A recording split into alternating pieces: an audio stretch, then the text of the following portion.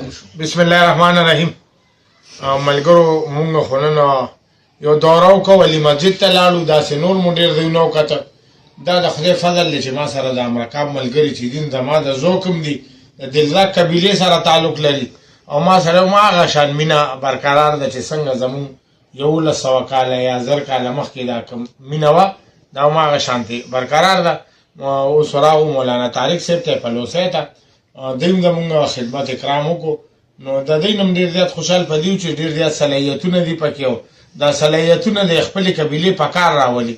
او یوازې دا په کار نه راولي قبیلې، بلکې د دې قبیلې د 500 کالو هغه تاریخ بیا دی راجمدی کو. دا یو څو ملګري چې دي د دلزاق قوم باندې د دې ډېر لوی احسان دی، ځکه چې دلزاق قوم چې کله کمزوري شوی یا حالات موافق نو د هغې نه پس ته چې کله بیا نن دور کې څنګه دی نو کېدای شي داسې منظم شوی نی، داسې خپلو کې راوځای شوی نی، د یو بل پېژندګلي یې نه کړي. نو دا د خدای فضل دی چې پېژندګلي مو کا، منظم هم شو، ورورولۍ هم بحال کې.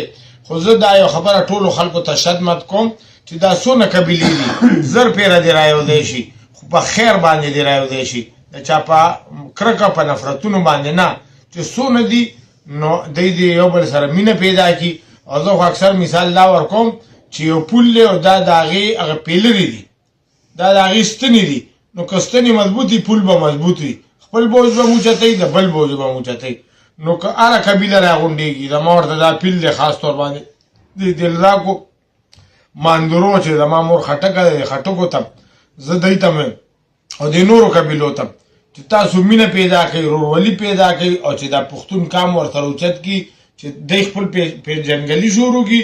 نو که سبا د بار نه څوک راځي نو هغه به د غیر و هغه ژبه نه استعمالوي، بلکې دا نه چې مونږ خلاف کوم تاریخي مومنټ شوی، د مونږ خلاف کوم کتابونه لیکلی شي د هغې نه به حوالې نه لي، بلکې زمونږ د دې قومیتونو د دې نه به حوالې لي. خدای مو ښاد او باد ساته. والسلام.